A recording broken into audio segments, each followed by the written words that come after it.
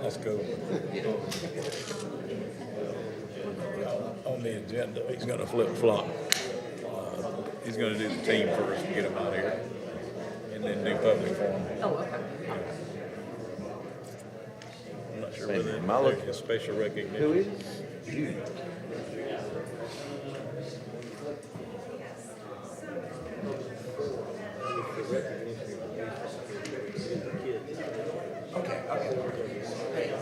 Andy, is there a reason we got this? Yeah, because Kirsten's been out of town, so she was a day late on the one. Oh, she wasn't on there. Oh, Yeah, so okay. we just didn't make any packets. I thought maybe she's gonna come asking for money or something. Oh, she didn't put this in the... Apparently not. Okay. All right, folks, thank you for joining us this evening and indulging us in a little extra time for a meeting that we held before this one. And so this is a regularly called and convened Greer City Council meeting held this evening, August 27th, 2024. Having called the meeting to order, I'm going to ask that Councilwoman Judy Albert lead us in the Pledge of Allegiance and then an invocation for council. If you would like to join us, you can stand with us. I pledge allegiance To the flag of the United States of America and to the republic for which it stands, one nation, under God, indivisible, with liberty and justice for all. Let us pray. Dear Heavenly Father, we come to you today so thankful for our many blessings that we have received as a nation and as a city and as a state. We thank you for those that have come out to the meeting today. We pray that things will go as you would have them go for our meeting. I pray that you will bless each and every one that is here present tonight, the young team that is here representing their victory. And we pray, dear Lord, that you will lead us and direct us in the way that you would have us go, and that you will bless our country. In Jesus' name, amen.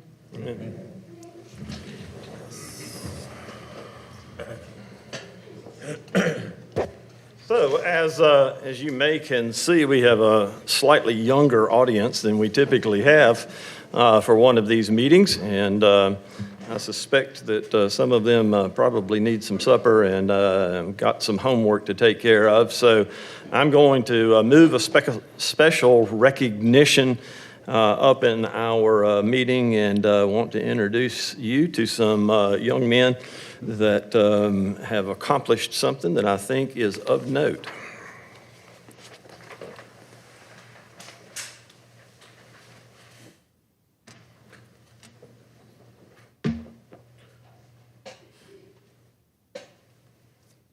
So if you are a member of the 12 and under Greer Baseball All-Stars, come on up here to the front, please. And I'm going to ask Jeff Howard.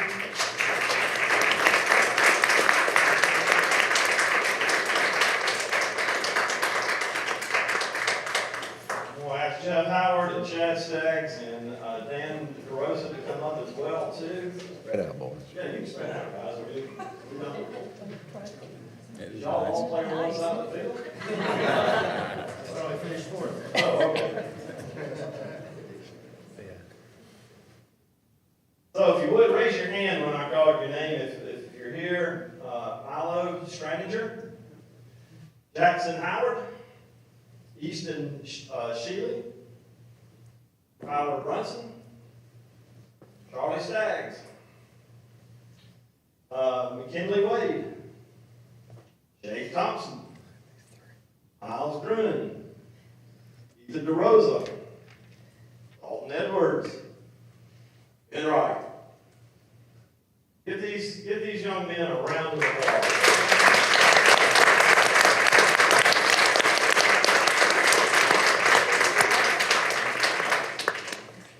This is your 2024 Greer Baseball Club 12 and under All-Star team. And they are the second team in the history of Greer's Park Recreation and Tourism Program to win a Dixie Youth South Carolina State Championship and qualify to compete in the Dixie Youth Baseball World Series. This marks back-to-back years where the city of Greer has claimed a Dixie Youth Baseball state title. Dixie Youth Baseball was founded in 1950 and is one of the largest sanctioning bodies for youth baseball in the nation. This is a great accomplishment for our program, our city, and our recreation department. Recreation department, stand up, guys. And ladies, y'all here, raise your hand, because that is significant, and we appreciate it.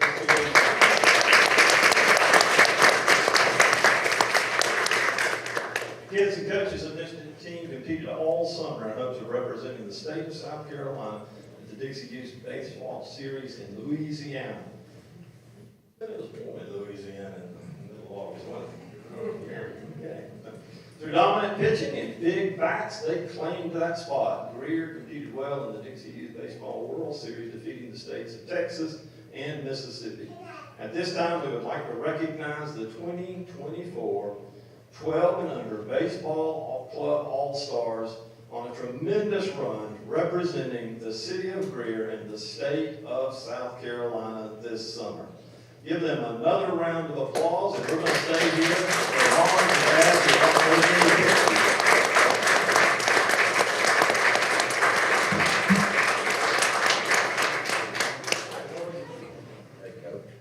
Them tall boys, they request birth certificates. They drove here. They drove here.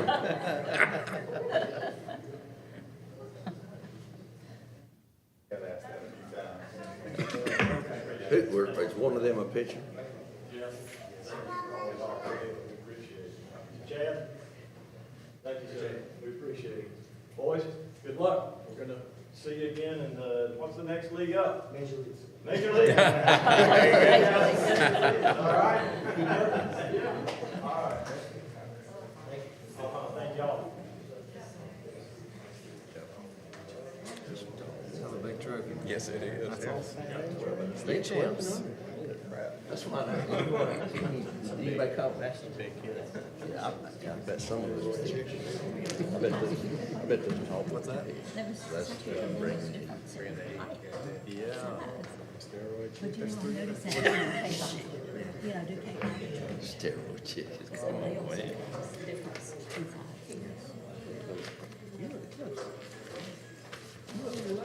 That's awesome.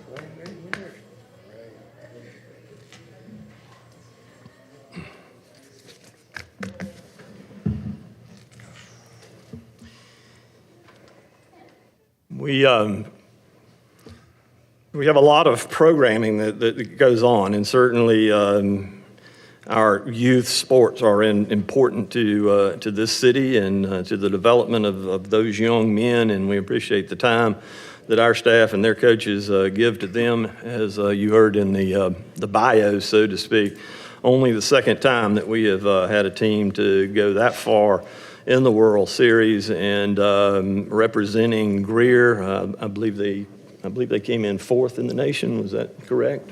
So quite an accomplishment, and we're always proud to recognize those young men and young women that get a chance to come for us for recognition, and we'll look forward to seeing many of those young men playing baseball here for local high schools, and who knows where they're going to be playing after that. So we thank them and their parents for the sacrifice that it takes to do that. I think they spent about seven days, maybe a few more, in Louisiana in August. I can assure you that probably wasn't the nicest experience, but they had a good experience down there, and are truly champions. With that, then, we are going to move to public forum. I appreciate you letting us flip-flop the agenda just a little bit this evening, but public forum is an opportunity for you to speak to council in regards to an item that is on the agenda. We have 4 people that want to speak tonight. I'm going to simply ask, since there's only 4 of you, that you be considerate of the other 3 while you are speaking, and that you limit your comments in some regard. And if there's been the same point made multiple times, that you consider that as well too. So with that, as I call your name, if you will come to the podium, we ask that you give us your name and address as a matter of record. And Jim Geyer is the first to appear this evening.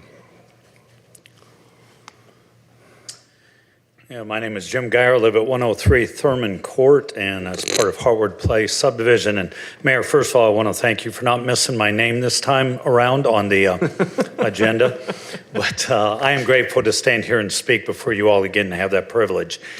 A lot of us moved into Hartwood Place when it was one of the only subdivisions out in our area at the crossing of Abner Creek and Brockman-McClyman. And we still love that area, still love our subdivision. A lot going on around us. A couple of years ago, we stood in opposition to putting warehouses on one of the corners of Abner Creek and Brockman-McClyman. Thank you to the council that did not happen.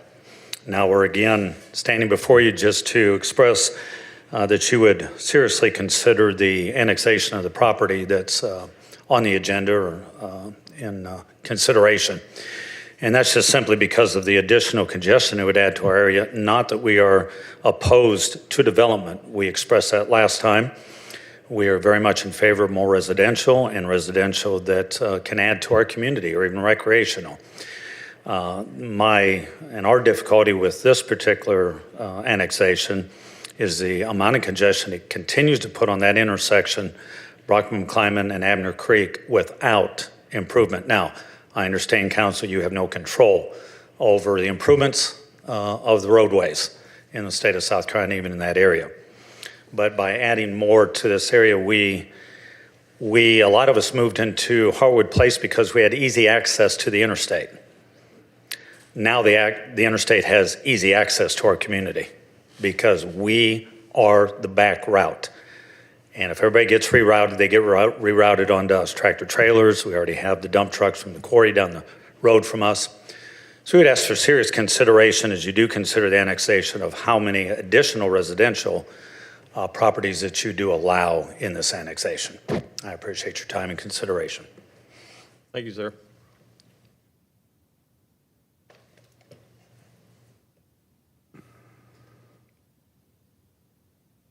Next one to appear this evening is Becky McLaughlin.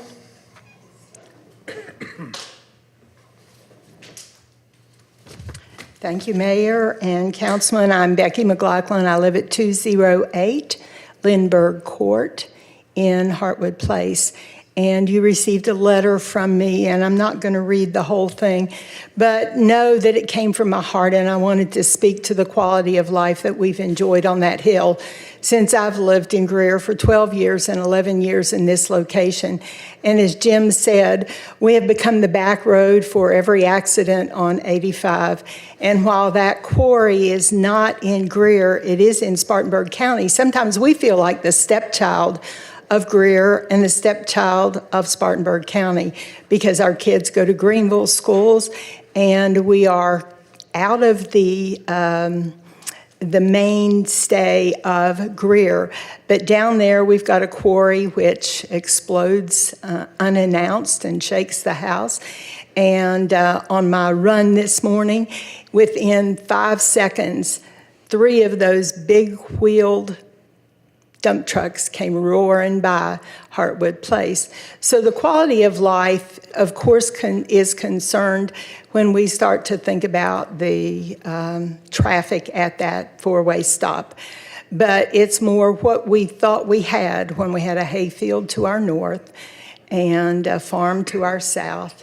And none of us knew there was a quarry there, a mulch sales place went in beside us, and woods to the west. And within 4 or 5 years, it's all gone to houses and quarries and mega mansions. So we just ask that you look at this and consider the fact we love Greer. We don't want to go anywhere. It's retirement for an awfully lot of us. And some of the remaining residents have kids growing up that are going to be turning left coming out of Hartwood Place. And the traffic on that road is incredible. So thank you so much. Hope I haven't been too intimidating. I stood in front of middle schoolers for 50 years and tried to teach them algebra, so sometimes I come across a little strong. Thank you so much. Thank you.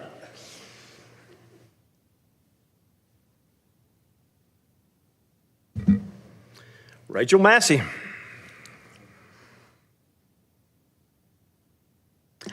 Good evening. My name is Rachel Massey. I live at 659 Crossbuck Trail, and I'm going to be pretty brief. I'm very supportive of residential growth in our area, especially when it's opposed to the prospect of warehouses. My main concern is the possibility of extremely dense townhomes coming in, and while I would love to see it approved for something residential, it would be amazing if we could limit the amount of properties that would be contained in 1 acre. And that's really my biggest concern, not just our quality of life, but the people who are going to be coming in and living in those homes. We're in a mixed-use subdivision. I don't want to say mixed-use, but we have townhomes and single-family homes in Saddlebrook Farms, and the things that people deal with when they live in townhomes, it can get tense sometimes. As our HOA president, I deal with neighborhood altercations quite often, and there is a lot that we need to keep in mind when we approve those types of developments.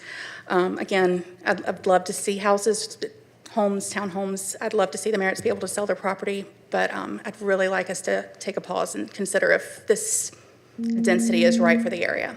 Thank you. Thank you. Our last speaker this evening is Scott Gillespie. Good evening, Mayor, members of council. My name is Scott Gillespie. My address is 110 McDaniel Green, but I also am very familiar and active in this immediate area. As some of you may know, I have developed much of the property in this area, starting many years ago, 10 years ago, something like that, with the Ledges, the Redwood Project, and then Saddlebrook Farm, and then the Vines Creek, and Sylvan Woods, which is Sylvan Woods is directly across the street from this property.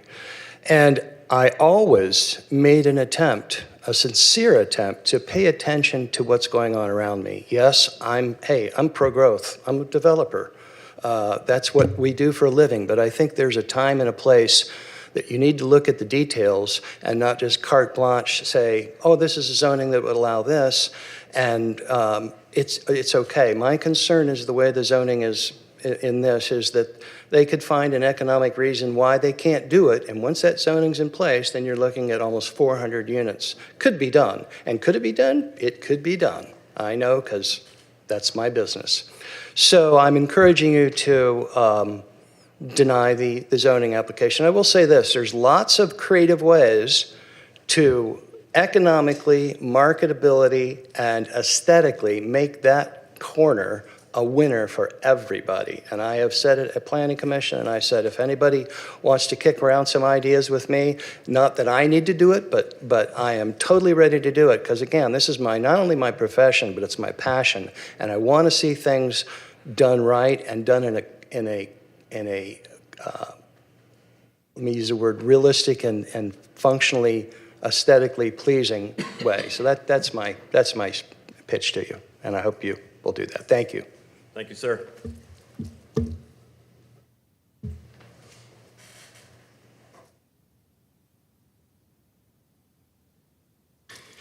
All right, council, let's see if we can get back on track here just a little bit.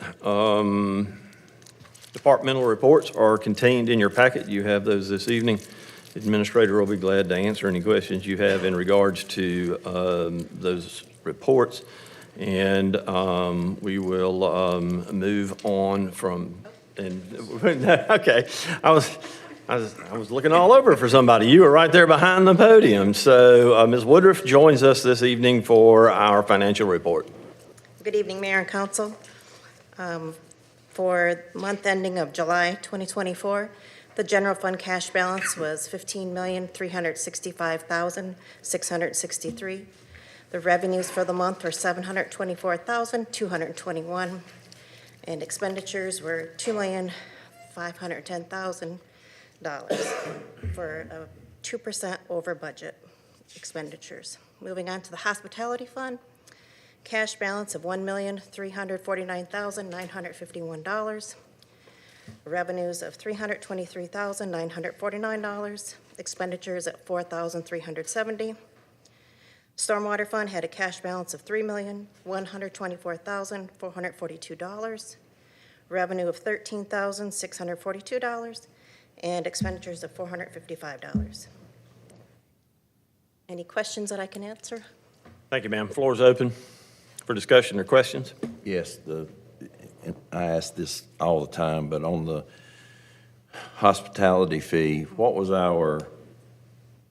the revenue, because this is the first month of the budget year that we're hearing.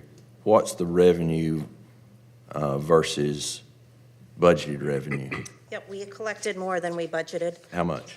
Let me go to that page.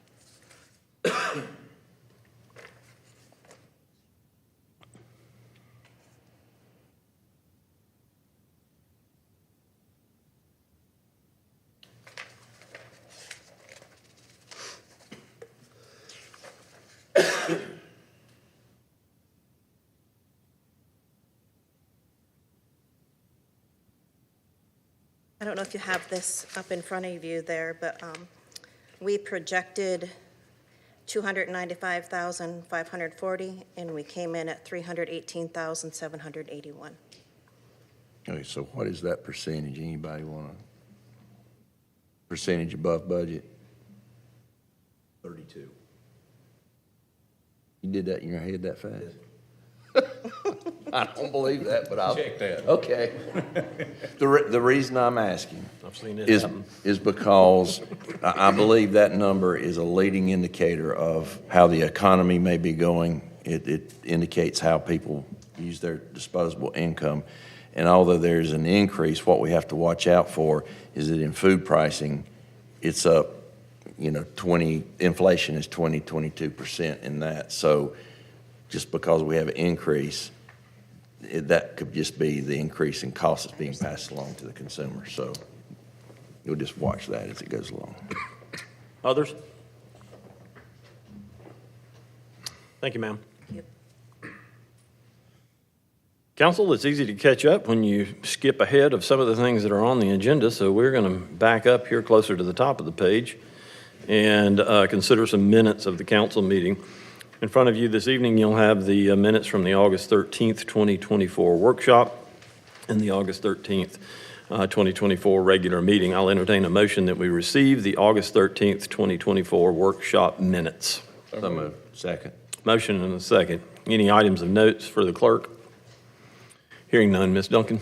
Mr. Arrowood, Yes. Mr. Booker, Yes. Mr. Hopper, Yes. Mr. Dumas. Yes. Mr. Bettis. Yes. Ms. Albert. Yes. Mayor Danner. Yes. And we followed with a regular meeting on August the 13th, 2024. I'll entertain a motion that we receive those minutes as well, too. So moved. Second. Any items of note for the clerk? Hearing none. Ms. Duncan? Mr. Arrowood, Yes. Mr. Booker, Yes. Mr. Hopper, Yes. Mr. Dumas. Yes. Mr. Bettis. Yes. Ms. Albert. Yes. Mayor Danner. Yes. Council, any items that I have missed up until this point? With that, then, let's move on. We had a request from Mrs. Parr, or Miss Parr, to appear as a petitioner this evening. She called earlier today and informed the clerk that she was going to be unable to make the meeting, so we will move to the administrator's report. Mr. Merriman.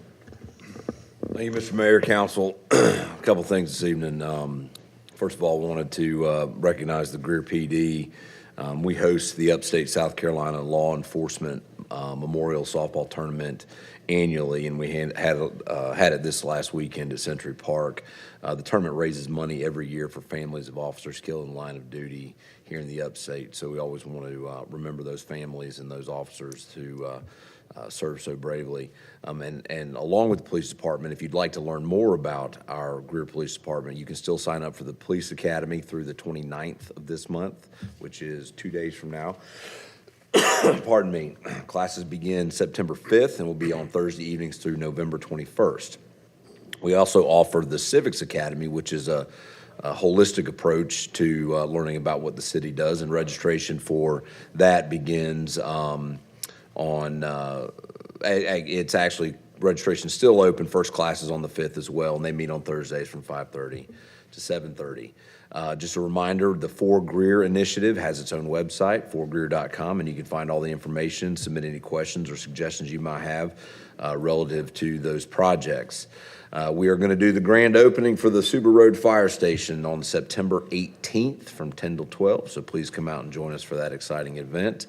And Greer Relief will be doing a ribbon cutting on September 6th from 2 to 4 at their new location on Berry Avenue. There will be live music, tours of the facility, the Bloodmobile, and a speech from our Mayor Danner.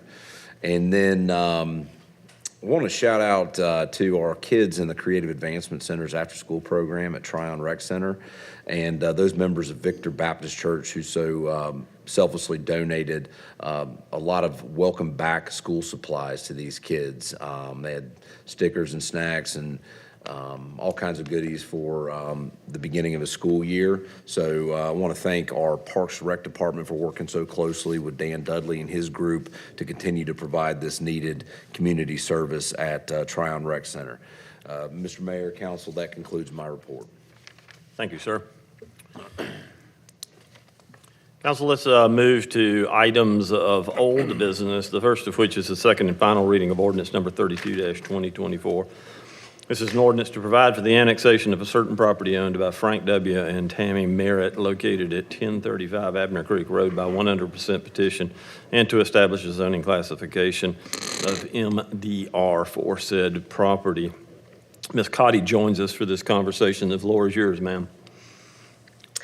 Thank you. I do have one update. Planning Commission held a public hearing for this item last Monday evening, and they did recommend denial. I have the slides from first reading that I'm happy to pull through, and I believe the applicant has a short presentation if you're interested in that as well. But I'm happy to answer any questions that you may have. So while we generally recognize those that are either directly associated with a project or indirectly through ownership at the first reading to make themselves known so that we can go through this exercise, but I think it is appropriate tonight that we do it on this particular reading for second reading. By show of hand, is the owner of the property or representative of the owner of the property with us this evening? Okay. Thank you for joining us. I think, council, that in the interest of both council and those that are here tonight, that this comes before us with a denial from the Planning Commission, that I will allow the developers to make a presentation to council. And so with that, if they will come to the podium, I would like for you, if you would, please to identify your company and your name would be the matter of record for us as well, too. Thank you. So good evening. My name is Garrett Stallard. I'm the Director of Land Acquisition and Entitlements for Dreamfinders Homes, formerly Crescent Homes. So I'd like to apologize. I misspelled Greer on my PowerPoint presentation. And then this is Nick Myers with Seaman Whiteside. He's our engineer that's helping us do the design on this project.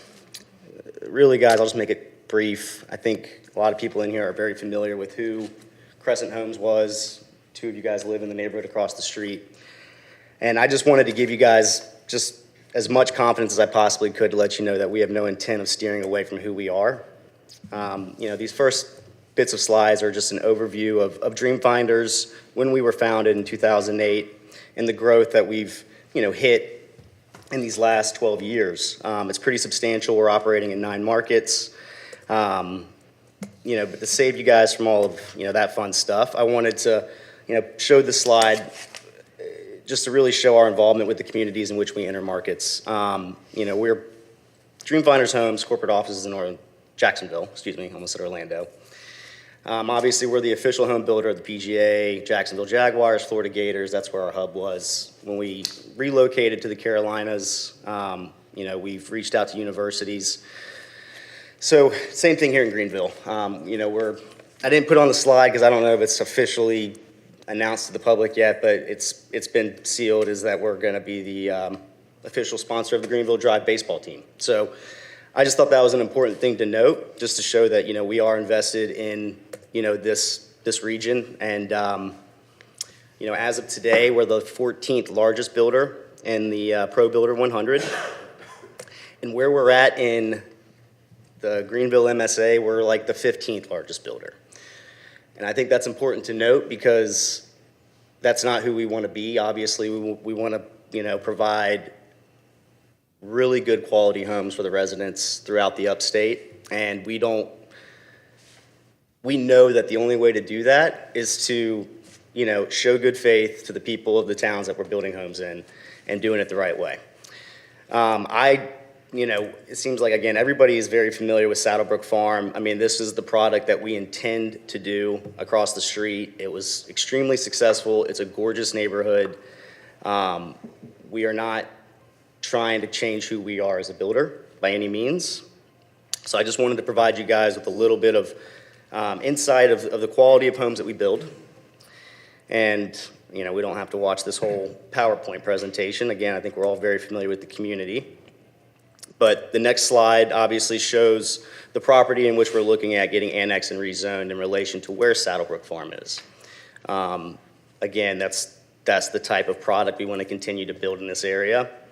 And this is our conceptual layout. I don't know if you guys had a chance to see that or not, but again, it's to fit the product that we built at Saddlebrook Farms. This is 155 lots. We're not trying to cram in density here and make this a builder-friendly site. We want to make it a really gorgeous site that you guys are really proud to drive by. And I understand wholeheartedly traffic impacts and concerns, and we will make sure that we do everything in our power to do it right and avoid any sort of major delays getting improvements done on the site.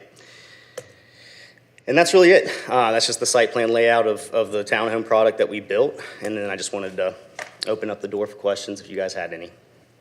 All right, if y'all would just stand by, that'd be perfect. If you can either just stand behind Ms. Cotty or grab a seat, and if we've got some questions as we begin our deliberation, we'll be glad to call you back up.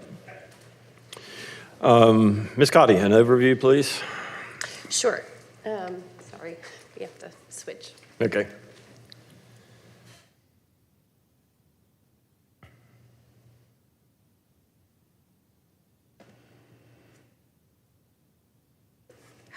Thank you. Sorry about that. So again, this is an annexation request for one property. It's a little under 25 acres at the corner of Brockman and McClyman and Abner Creek Road intersection. This is the current zoning map. To the north is manufacturing and logistics. South is primarily DRD along with the Sylvan Woods neighborhood, which is larger lots. And then to the west, it's currently residential suburban, although you will be seeing a rezoning request for traditional neighborhood in your November meeting. Future land use, this is designated as mixed employment. Anything south of Abner Creek Road is designated as suburban neighborhood. Here are two kind of street views. Again, this is a very long, large property, so it's a little difficult to capture.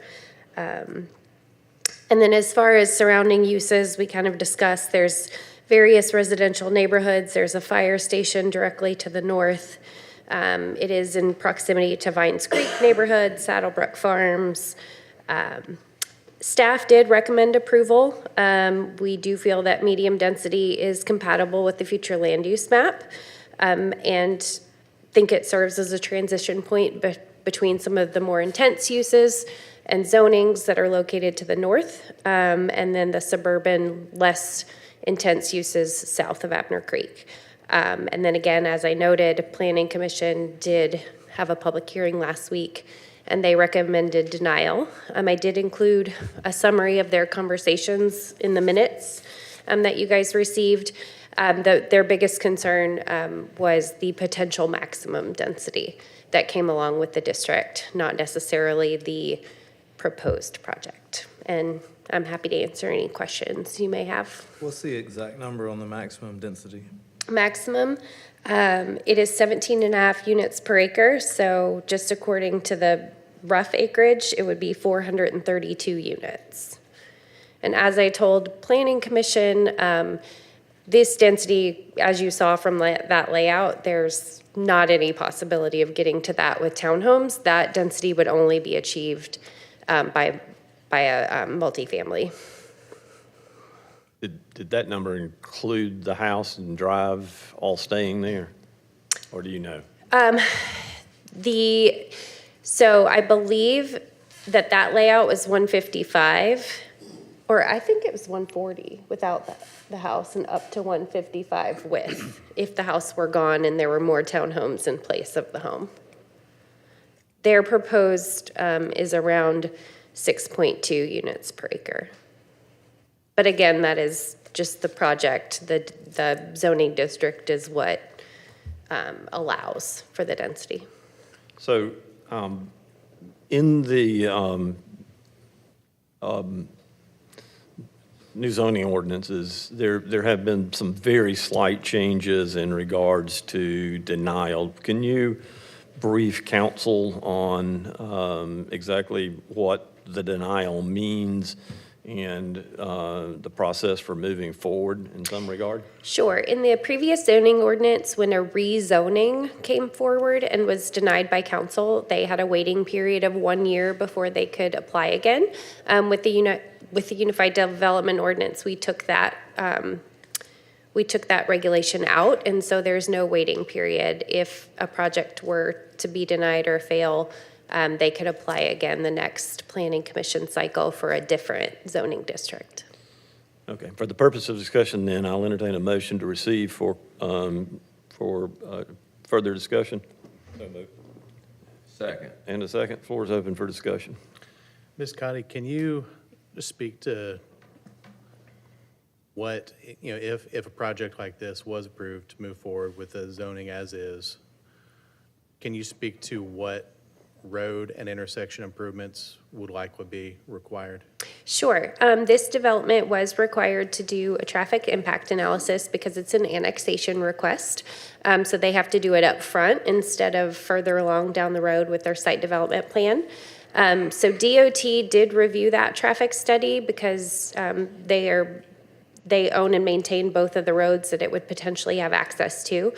One requirement that came from that study is this development will not allowed to have an access onto Brockman and McClyman Road. They will be limited to 2 accesses onto and from Abner Creek Road. So that's the first. The second is the study did show that the intersection is operating at a poor level of service. Unfortunately, a signal is not warranted quite yet, but SCDOT and staff do believe that would be kind of sometime in the near future, seeing as all the growth in this area. But what it did recommend for mitigation was a southbound right turn lane from Brockman McClyman onto Abner Creek Road. So from Brockman McClyman onto Abner Creek. So being a 4-way stop condition, SCDOT is not comfortable with this improvement at this time. And they do believe that soon a roundabout or a signal will be warranted and this improvement would have to be torn out and redone. So they have suggested that the city collect payment in lieu for this right turn lane and then use that money towards a future signalization or a roundabout at which time it's warranted.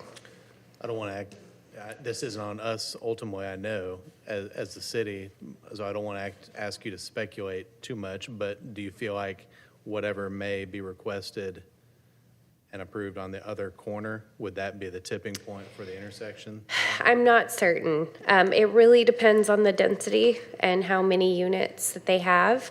But I will say that DOT, for them to call attention, for it to be a requirement that they think it will be triggered soon, I do think in the next couple of years, in the next 1 to 2 developments, there's a good chance that it could be. In the traffic study, did you say they wouldn't allow a driveway on Abner Creek? I mean, not Abner Creek, but on Brockman McClyman? That is correct. Because the sketch they showed us had a driveway on Abner That Creek. is correct. That was the schematic layout that they used for the traffic study, but one of the requirements of that study has come back. So they haven't redone their site plan because, again, they're just going through kind of this process to see if they can do their project. But yes, you are correct. It does show it, but they would not be allowed to have that. So it would be a slightly different layout. Now, was Saddlebrook Farms a DRD? I know it said Vines was DRD. Yes. Was Saddlebrook DRD too? Yes, Saddlebrook was also a DRD. So as you recall, before our Unified Development Ordinance, we did not have zoning districts that allowed for townhomes by right. So the majority of townhome projects that have come in to Greer over the last 7 to 10 years all utilize the DRD zoning. That was one of the key kind of changes that we made in the UDO, was to create zoning districts that allowed it by right and kind of defined the density, the type, the height, the lot width, that those would be appropriate for. So does the medium density allow for multifamily? It does. Okay. Yeah, I was talking with some of the planning commission and just trying to understand their ideology behind it. And I totally understand where they're coming from. And now that they've shown us a site plan that doesn't fit anymore, it makes me a little concerned about what the new layout, will the numbers still work in their favor, changing the driveways around? I mean, you only get one shot at this thing, so I totally understand where Planning Commission is coming from on this one. What, I know that we still have the ability, or I assume we still have the ability to do a DRD versus a zoning which is by right.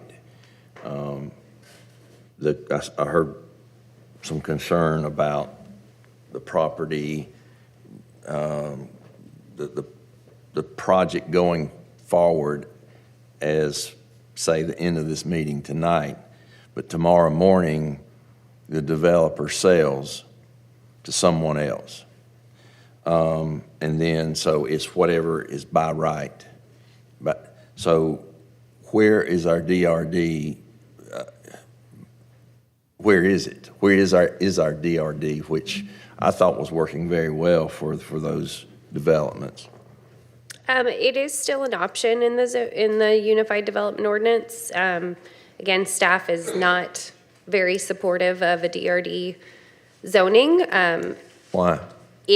Well, they're an enforcement issue because they're each basically their own conditional zoning.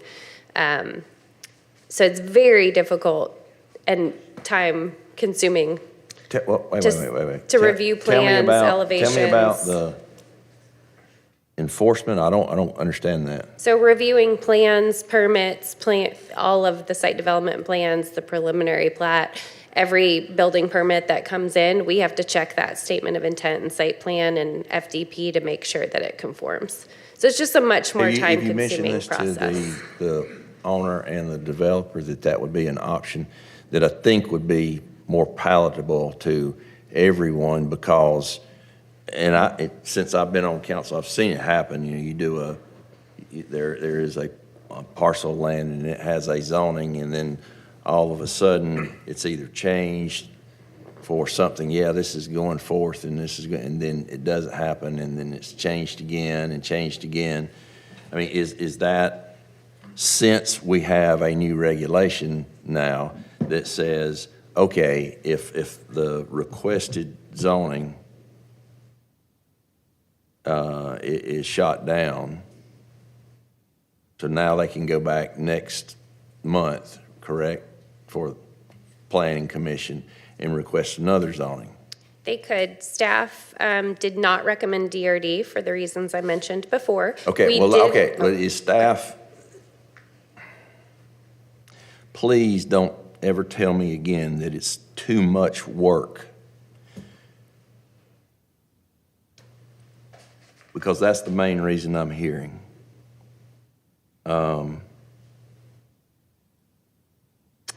So that is an option, correct? It is. I will say that staff did recommend traditional neighborhood zoning district when we initially had conversations. So I did not recommend DRD. However, I did recommend a lower density residential of traditional neighborhood.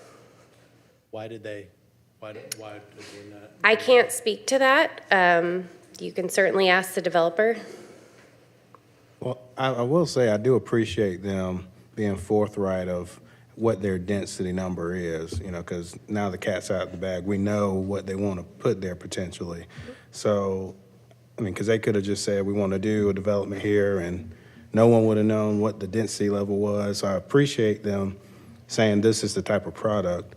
But now the argument for DRD or whatever direction we decide to go, I think they've got a product that they can mimic. If they've done Saddlebrook Farms, they know what products they put there. They know what materials they used.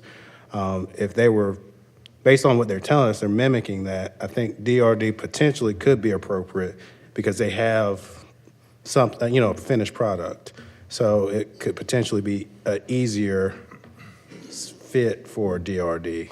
If they've never done work in the city of Greer and didn't have any kind of resume, I wouldn't say that. But since they have something that's just so close, and they said specifically there's going to be similar product there, I think if we go DRD or the other zoning that you said that was a lower density, I think that would work potentially. Traditional neighborhood, that gets them to 10 units per acre? Yes, sir, that is the maximum density of traditional neighborhood. But the issue was, and you and I talked about this afternoon, was the lot size is what, just explain again what the challenge is with the lot size with that on this project. In both suburban neighborhood and traditional neighborhood, the minimum lot size for attached housing, which is townhomes, is currently 3,500 square feet, which is extremely out of line with every townhome development in Greer and also kind of the surrounding area. Again, that was an oversight. It is on our list of amendments to bring forward for the UDO. Currently, we're slated to bring those to you in November. We do have at least 2 other developments that are kind of on hold right now, waiting for us to update that lot size. So again, that could be one of the reasons that they did go for medium density. I believe they were also just interested in having more flexibility. But again, you would have to ask them. But that is an issue. I'm sorry to interrupt you. You feel like that would, when did you say we're going to try to address that, do you think? So we are planning to take the list of UDO amendments to Planning Commission in October. Unfortunately, the meetings are back-to-back in October, so we can't, we won't get them to council until the first meeting of November. And then after that, it would fall under pending legislation ordinance. So the first meeting in November. And you said 3,500 is that smaller than typical or bigger than It's much larger. Okay, yeah, that's what I was. Yeah. So how do we handle if they want to condominiumize the lots where the house, they retain ownership of the land itself, but the house, like you do a condominium? So not having a lot, it would be treated more like multifamily.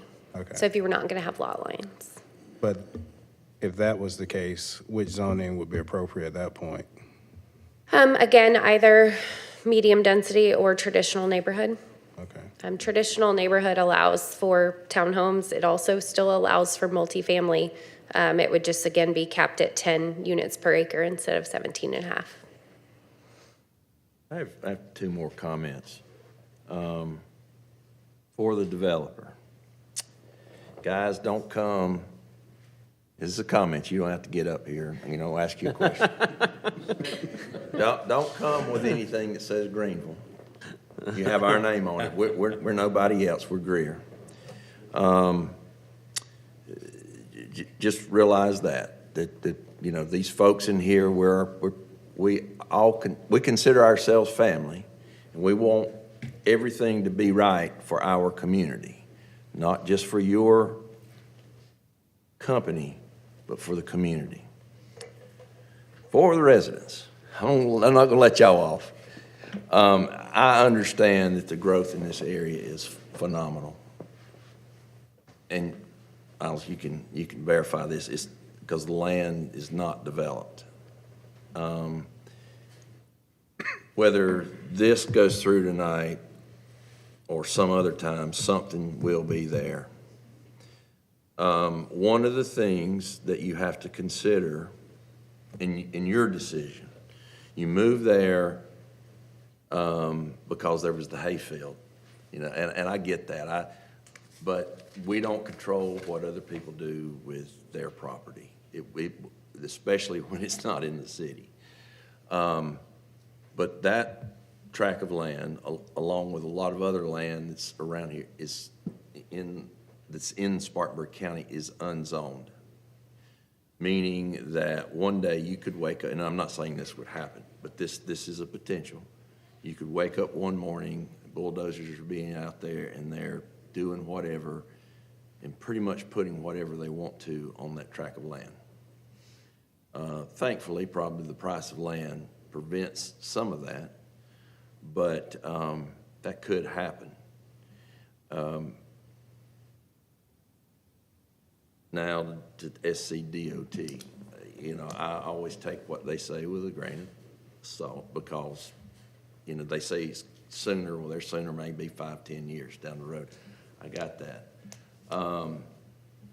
My thinking is, from what I've heard, and from what I've heard the Planning Commission say, is that if there was something in place, like a DRD, it would have been much more palatable to everybody. Because you don't have that uncertainty of what could happen. With the DRD, that most of that uncertainty is taken away. Others? Yeah, you first. Okay, just two more questions. One, have we figured out what that fee or DOT fee is yet? Or do we know the developer know what potential that number could be yet? Don't believe so, no. Okay, and then second one, does this site have sewer access? Or is there a large barrier to get sewer to the site? You would also have to ask the developer. I know CPW has asked about this site, so I do believe they can serve it, but I'm not sure if there are cost or challenges. I'll let Paul speak on behalf of that for the sewer. Paul Talbot, do I need to state my name for the written please. address? Yeah. Okay, 102 Two Notch Trail, I'm out in Powdersville. All right, so can I just respond to several of the questions that have been stated? Councilman Booker, make sure I say this right. About called you Commissioner. Okay, so was the presentation in the packet? It was. Okay, so you can look at the packet to address the question of the access to Brockman McClyman. That is the layout that you're looking at. So there's not an adjustment of the lots in differentiation to the previous access that was granted or that was supposed to be off of Brockman McClyman. That was one. Thank you all very much for the discussion about the LDR. I'm sorry, not the LDR, the lot ratio. And so I'm gonna come back to that. Related to the traffic, you asked about the tentative cost, and I would tell you that it's probably between $150,000 and $250,000. That's a general estimate. And certainly the next development, they're gonna get asked to do, if we don't do it, the next development would do it the same, based on what DOT had shared with us in the traffic study. What was the other question? I don't want to forget. Sewer, yes, I'm sorry, CPW. So there is access. We have access by right of an easement to a sewer main. I wish CPW was in attendance. They're not, but it would be helpful if they would be able to weigh in on this as well. And then I've got one other thought that I might share, and I don't know if it's possible, so I'm just suggesting this for y'all chew on it, and if it's good, keep it. If not, we can spit it out. But if the hesitancy is based on a proposed density that may come, and we are representing a single-family builder that's going to do a single-family product that has no interest in multifamily or even a build-for-rent product. This is their product to sell to homeowners who want to be invested in Greer. And that's the way that we understand it. That's what we signed up for. I know things can happen, but one of the things that came to mind was, what if you make a conditional ruling?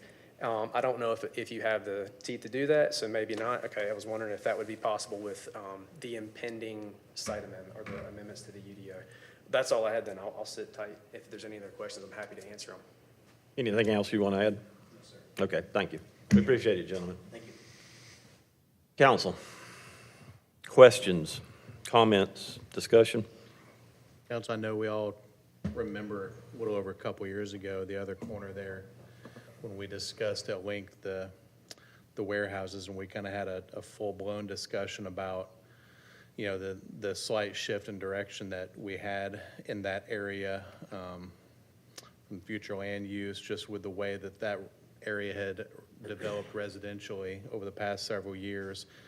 I'm very convinced we made the right decision on that corner there, and we talked about, I know you remember, we talked about at the time, knowing that we needed a good transitional usage on both of those corners. That's, there's a very real sense in which that's kind of the epicenter of District 3 in many ways. I know Mr. Geyer sends me pictures there, sitting there at that intersection many times at different times of day with lights stacked up back to back to back. So I fully understand that. It's kind of a coming and going kind of intersection right there. And so for those reasons, and I know you agree, we have to get those two corners right, and we have to be very specific, in my opinion, to get that right there. I know we all have an opinion about density that way, and I'm all for appropriate, justified density, for sure. We know that going north of Abner Creek there, a higher density than south of Abner Creek is going to be justified. It's not, and I don't hear this from my neighbors that I have the privilege of serving. I don't hear that the 6.2 is necessarily the problem where the density is concerned. My biggest heartburn after kind of thinking more since first reading is that open-ended 17 an acre. There's a big difference between 155 units and 430 units. There's a big difference there. I was open-minded and optimistic that this might be that transitional project. Maybe it is still in some form if we can figure it out. But yeah, I'm not super comfortable at all with that open-endedness there. So yeah, good to see many neighbors as well. Thank you for coming out. Yeah, it's unfortunate the timing of this request. I think traditional neighborhood would be a great fit for this. And, you know, if we could minimize the impact and keep it to, you know, the 10 units per acre, I think that would be more palatable and would make more sense for this area. And it would be great, you know, you and I discussed this afternoon about the roundabout or whatever it happened to be. Yeah, I agree. I don't think we spend the money on the right turn if this development comes to fruition and then you know, immediately have to tear it up as the lot on the other corner comes into the city and is developed. I mean, there needs to be a permanent solution because obviously we're hearing and seeing that there is a problem there and that's not a fix to it. So, like I said, it's unfortunate the timing. I wish we were in November, we were addressing this and taking care of the size of the lot, but we're just not there right now. I will. Go ahead. I was just going to say that was a good suggestion that he made, that we could do it conditional, but unfortunately, we don't have that ability. I will say, and this is just my perspective and feeling, that 100 to 200,000 is a little light on the cost for a turn lane. And then another thought that just putting it out there, because I'm very intimately familiar with this area, just grew up less than a mile away, is the right-of-way concern on the Mansion side and on Brockman McClyman, because I can tell you, we may have right-of-way on the Saddlebrook side, but that wasn't a conversation that was discussed, I guess, with DOT, is actually dedicating, if there is a traffic circle, are they going to give the right-of-way on the front end, which 100, 200,000 in addition to right-of-way may make sense for a trade-off, but I think there's some more conversation that needs to happen around that. Yes, DOT did also request that they design the site so that it would not impede on right-of-way if a roundabout could come in the future. So that would be something we would consider during the site development plan. That's what. Again, the layout that we saw is conceptual. It has not been through Planning Advisory Committee. That's why I just feel DRD is just more, I mean, you iron all these things out right now, you know, that's just my thoughts. Yeah, I understand why and appreciate what we're trying to do in the UDO with the DRD situation. I think there's some situations where it may still be a tool to use, and this feels like it may have been in one of those times, perhaps. Again, just, kind of holding my breath with my neighbors over the last couple of years. My goal here, everyone I hear from, all y'all, we understand something's going to happen on those two corners. It just needs to be the right thing, and needs to be the right thing at the right time that gets us the improvements that we need to keep traffic flowing, improve safety, et cetera, et cetera. So I appreciate that.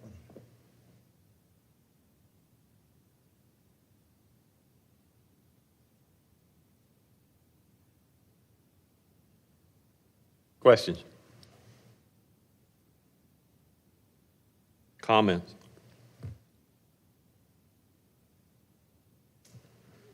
Discussion? I will tell the developer, I do appreciate your project and think it'll be a great asset for annexing into the city, yeah.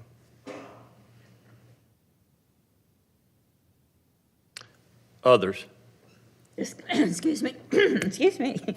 It just leaves it too open-ended with the way it's set up now, to go from up to 250 to 425, 430 homes with slight changes, with no other things or other means to come and make any control over it. From what I've heard from most of the residents, either through email or phone, they're not so much opposed to the developments in the area. It's just maybe single-family homes taking up less space in, less homes in a certain area. So, yeah.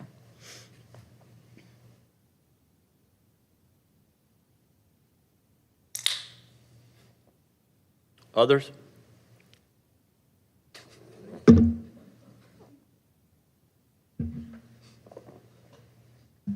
Ms. Duncan? Mr. Airwood? Question before we vote. Since this is, a yes is voting for the ordinance as written. Yes, and it would require a supermajority to overturn the planning commission. And a vote in the negative is to deny. no. Mr. Booker? Oh, you did. No. Mr. Hopper? No. Mr. Dumas? No. Mr. Bettis? No. Miss Albert? No. Mayor Danner? No. Council, the second item before us this evening is the second and final reading of ordinance number 33-2024, and we'll take just a moment before we consider that.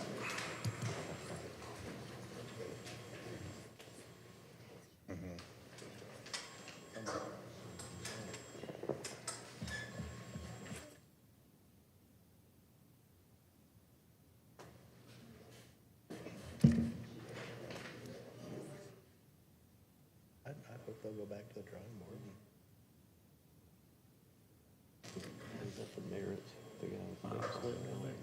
Yes. That's it.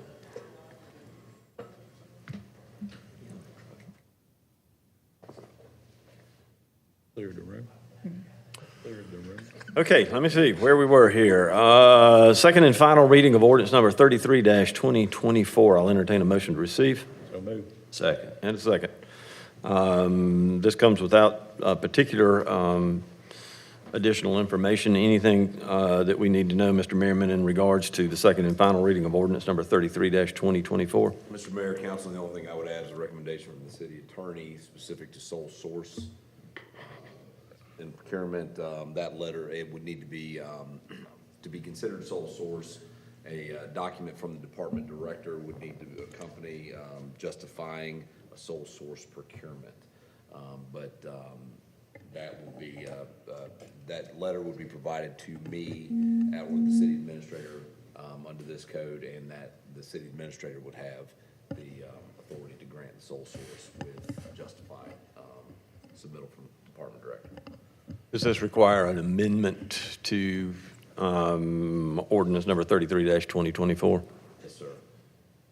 Council, second and final reading of ordinance 33-2024 would require an amendment to proceed in regards to a single source procurement. We need a motion to amend, Mr. Mayor. We would need a motion to amend, yes, correct. Floor is open for a motion to amend. Well, I'll make the motion to amend what Andy said. Second. Okay, motion and a second. Can you just go over real quick, you said single source, I mean, what is it called now? And then just kind of quickly go over some of the, kind of the highlights or high points and, you know, what we're striking and what's being added to this. Well, I've got Katrina here to speak in further detail on the entire thing, but largely, the ordinance itself is designed to raise the spending threshold for so many of our procurement processes that are just daily AP type business transactions that we take. I think the previous amendment to the procurement code has been a number of years, and as you know, the prices of things have gone up. So this is an effort to put more autonomy into the hands of those folks that are actually managing budgets on a day-to-day basis and give them more flexibility to purchase products for the city within their budgeted allowances. So that's kind of a general overview of what we're doing with the procurement ordinance. This specific recommendation from the city attorney was to authorize the city administrator to approve a sole source procurement in the event that we seek to procure whatever good, and we only have one responding.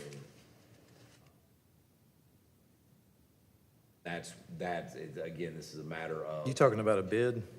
Could be a bid, could be just procuring just a good or service that we would ordinarily, I mean, mulch might be a great example. Mulch would be something that, in this particular situation, we don't have bidders. We open it up for bid, one respondent. That's what we're talking about. And this council's had to consider a couple sole sources that have been of minor monetary consequence. This is just an effort to move faster. Well, when we, on our ceiling of pavement, that's a sole source. Was there, and then when we buy John Deere equipment for the golf course, that's a sole source. This just increases the threshold on the number. I mean, what is the base number now and what is it moving to? Ms. Woodruff, Yeah, you want to bring us up on that, please? So we went from 1,000 to 5,000 for the departments to be able to go ahead and get purchases without the 3 quotes. And then it increased formal bid from 3,500 to 50,000. And then it allows the directors to submit anything that council approved in the budget up to 75,000 without the administrator having to sign. 75,000, the administrator would still have to sign. And you did have in your first reading the sole source, excuse me, sole source section in here. The only recommendation is to add whether the administrator approves the purchase, is that one sentence. Okay.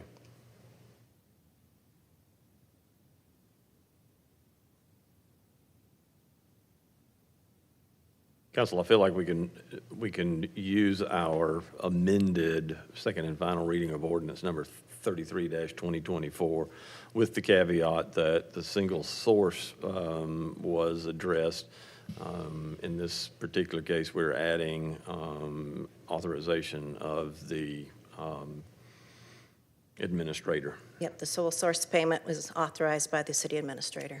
As long as it's authorized by the administrator. And this doesn't change our process to make this public and to have bids and to try to attract No. as much attention as far as the work is concerned, or mulch or whatever it is, correct? No, it does not.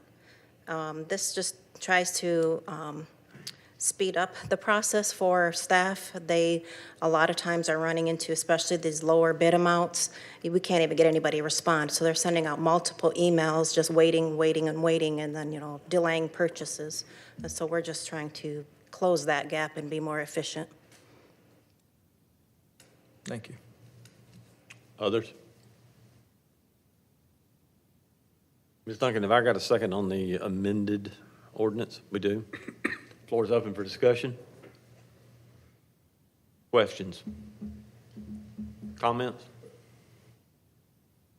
Hearing none. Ms. Duncan? Mr. Arrowood, Yes. Mr. Booker, Yes. Mr. Hopper, Yes. Mr. Dumas. Yes. Mr. Bettis, Yes. Miss Albert, Yes. Mayor Danner. Yes. Thank you. Thank you. Council, let's move to items of new business, the first of which is the first and final reading of Resolution 26-2024. This is a resolution of the City of Greer, South Carolina, directing the Planning Commission of the City of Greer to conduct one or more studies and make recommendations regarding the development of an impact fee ordinance, which shall be developed in accordance with the requirements of the South Carolina Development Impact Fee Act, codified in South Carolina Code, Section 6-1-910, and providing for other related matters. This comes as a resolution to authorize the Planning Commission to hold these hearings. I'll entertain a motion for the first reading and final reading of Resolution 26-24. So moved. Second. Motion and second. Floor is open for discussion. Questions?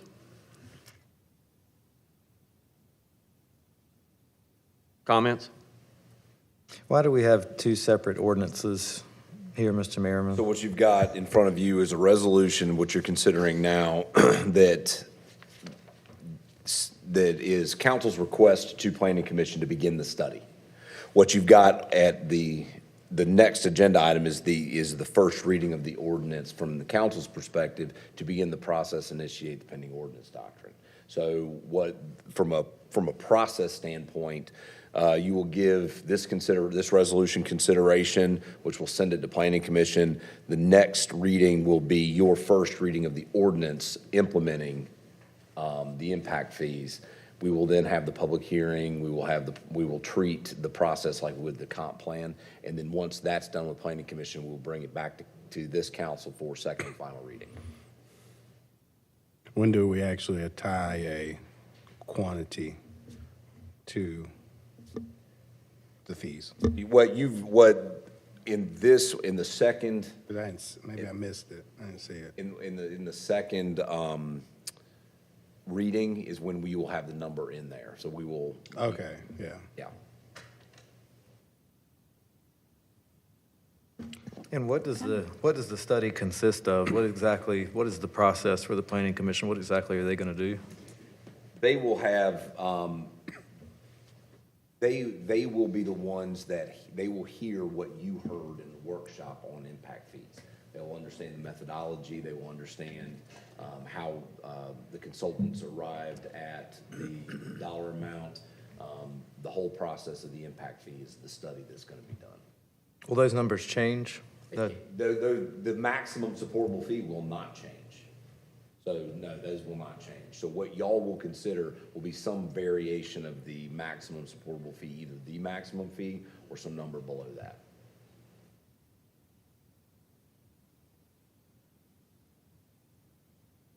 Kind of seems like we're voting for something that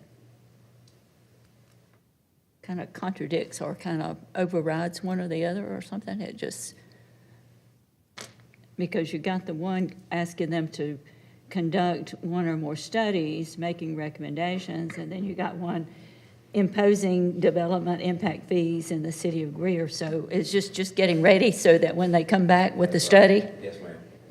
Kind of like we just did tonight with our annexation planning and zoning. You know, we held the first reading and it all passed. Went to Planning Commission, they came back with their recommendation, said denial, and then we considered it one final time. So it's kind of the same process. The only difference is the resolution in this case, Mr. Ayer is right, is the resolution the impact fee ordinance in South Carolina statute requires it to be treated like a comprehensive plan.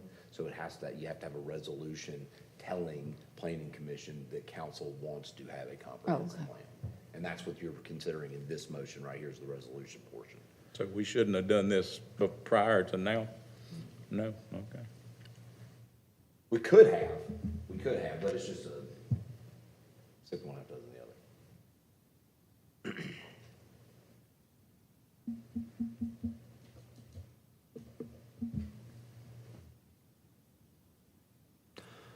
Council, floor is open for discussion.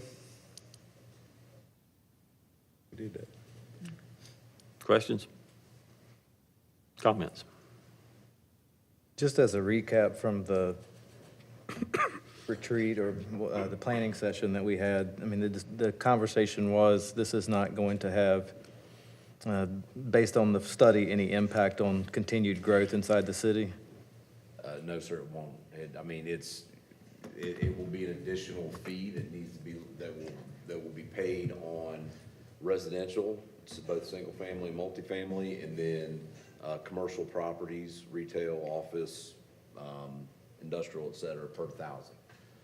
So it will be evenly distributed, but should not have, if your question is the expectation that it has a choking effect on growth and development, the expectation is no.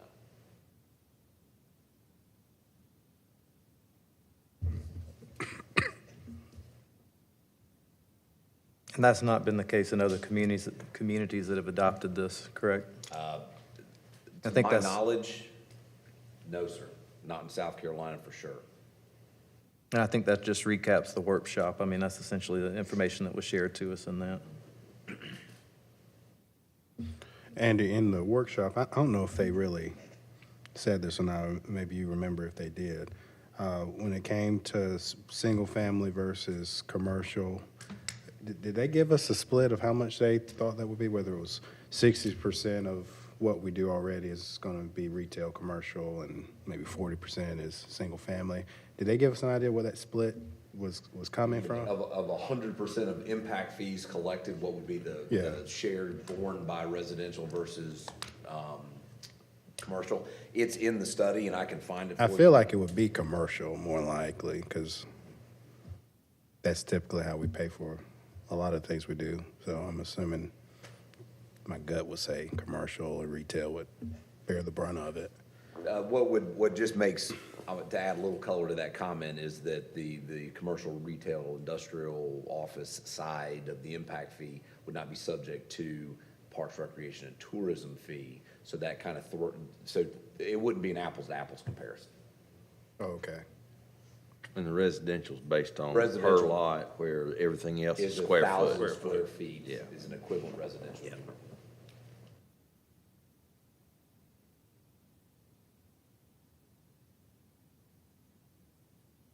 Council, further comments? Questions or discussion of Resolution 26-2024? Ms. Duncan? Mr. Arrowood, Yes. Mr. Booker, Yes. Mr. Hopper, Yes. Mr. Dumas. Yes. Mr. Bettis. Yes. Miss Albert. Yes. Mayor Danner. Yes. Council, let's move to the first reading of ordinance number 35-2024. This is an ordinance imposing the development impact fee in the city of Greer. In enacting Article 4, Development Impact Fees of Chapter 46, which is Land Development, by creating Section 46-400 through and including Section 46-407 of the Code of Greer, South Carolina, related to development impact fees, invoking the pending ordinance doctrine, and providing for other related matters. We have had some discussion in that. For the purpose of further discussion, I'll entertain a motion to receive. So moved. I have a motion and Second. second. At this point, the floor is open for discussion or further questions or comments in regards to the first reading of ordinance number 35-2024. Mr. Merriman, what is the timing of the impact fee? When do we actually receive it, or is it The impact fee is received when the development pulls a building permit per lot. So it would be part of the fees paid on a per lot basis. In the case of a multifamily development, again, when if you got building A of a townhome development or a apartment, when that permit's pulled, it would pay on the units in there. On a development like the one we talked about tonight, and let's say, they figure something out and we have those, whatever the number was we were shooting for, let's say it was 150 units. Is it, or let's use another example. Let's say there's one that's already in the city, as an example, and we've already annexed it and it's just sitting there. Do they take down each lot just before they build it, or do they take them down in sections, or how do they take down lots typically? How would a developer take down a lot? For multifamily? Or Well, just in general, and I guess I'm asking that because let's just say we've already annexed certain properties inside the city. Would they be? Well, so that's an interesting question, and I think it's valid because we did have a discussion about DRD, and there is the question of the entitlements of the property. If the property has been entitled through a DRD or something along those lines, would they be subject to the impact fees? I think legally the answer would be no. Now, if it was a straight zoning type development that has been annexed and just sitting, or only partially developed and only part of the permits have been pulled, the remaining lots would be subject to the impact fee. So moving forward, if there is an annexed entitled piece of property under a DRD or some sort of other entitled development, they would not be subject to the impact fee as it exists now, but any future annexed properties would be.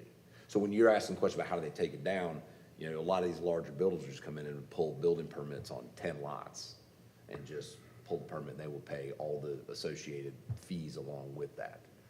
I guess that's what I'm asking. So if they pull the permits on 10, let's just say today before this is adopted, and then they pull another 10 a month from now and this is adopted, they pay the fee at that point. Gotcha.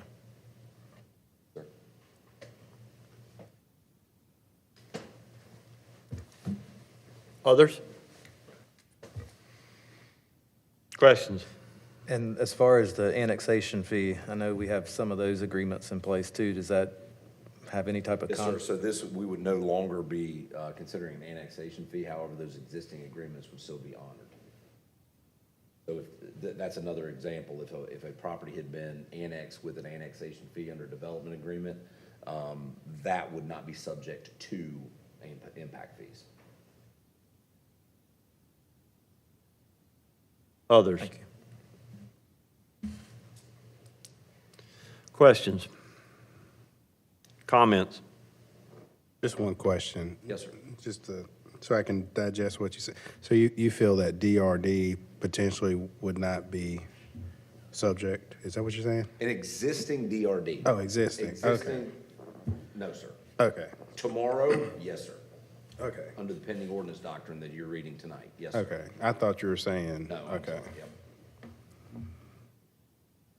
On the DRD side, I mean, we talked a little bit about the risk going into that. Why are we not kind of going down that road outside of staff having to provide a lot more oversight? Is there a certain level of risk involved in DRD now? No, I don't think so. Are you talking about why we didn't add it into the UDO? Right.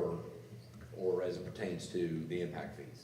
Well, not really specific to the impact fees, but just kind of like the case we were just talking about where there was, they were going to come with 6.9 units per acre and then the medium density was going to give them 17, as an example. And so we could have used DRD as a tool, but it's something that we didn't necessarily want to get involved in. That is a long discussion. I don't know that I'm prepared to opine on why we got to where we are with that. I would go as far as to say, and I'll leave it at this, is that the intent of the UDO, don't throw anything at me, was to provide staff and the developers more clarity in what they're doing so they didn't have to really kind of cobble together a zoning via development agreement, right? And that the intent of the UDO was to be able to work within larger areas to get to the end result. And so I think in this particular case, this evening, and not to speak too much on that, I think, while yes, I think a DRD could have provided the blanket of security that y'all have had in the past as a land use regulation, it still didn't answer the transportation issues sufficiently in my mind because of SCDOT's control of that intersection. So again, we're talking about a previous agenda item that's been handled, but I think conceptually speaking, that's why we see that the DRD is not an integral part of the UDO.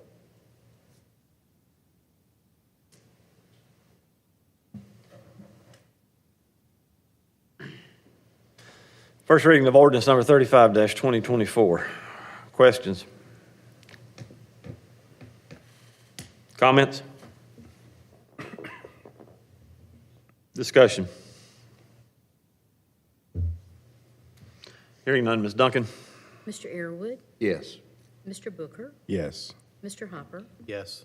Mr. Dumas, Yes. Mr. Bettis, Yes. Miss Albert, Yes. Mayor Danner. Yes. Council, last item before us in our regular business meeting this evening is the first and final reading of Resolution 27-24. Mr. Buchanan, our civil engineer, joins us for that discussion. The floor is yours, sir. Thank you, Mr. Mayor and Council. Today, before you is the acceptance of the roads inside the Oakton subdivision. The project started in 2020. The project is located off East Gap Creek, approximately 1,450 feet from the intersection of East Gap Creek and Country Club Road. For reference, it's also right across the street from Greer Golf. It is inside Council District 4. All utilities are in and the streets are paved. All housing construction is complete with 90 out of 90 lots being built out. Our staff has inspected the construction and believes it meets the city standards. Therefore, staff recommends that Oakton Drive with a length of 837.5 feet, Clarebrook Court with a length of 1,850 feet, Apple Creek Trail with a length of 488.4 feet, Maple Grove Way with a length of 399.5 feet, all be accepted into the city street system for ownership and maintenance. I'd be happy to answer any questions. Council, first and final reading of resolution number 27-24 comes with a recommendation from staff. I'll entertain a motion to receive. So moved. And a second. Second. Floor is open for discussion. Got a question. This is the first time I've seen where a force main is located in the roadway. Okay. How do we handle those? Is that CPW agreement? Yes, sir. Okay. It'd be treated just like a sewer main, gravity main being in the right of way. They would have access through their utilities.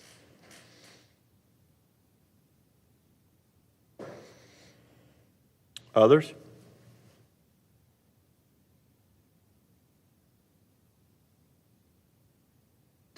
Hearing none, Ms. Duncan? Mr. Airwood, Yes. Mr. Booker, Yes. Mr. Hopper, Yes. Mr. Dumas, Yes. Mr. Bettis, Yes. Miss Albert, Yes. Mayor Danner. Yes. Thank you, sir. Thank you all. Thank you. Council, we have no matters for executive session this evening. Stand adjourned.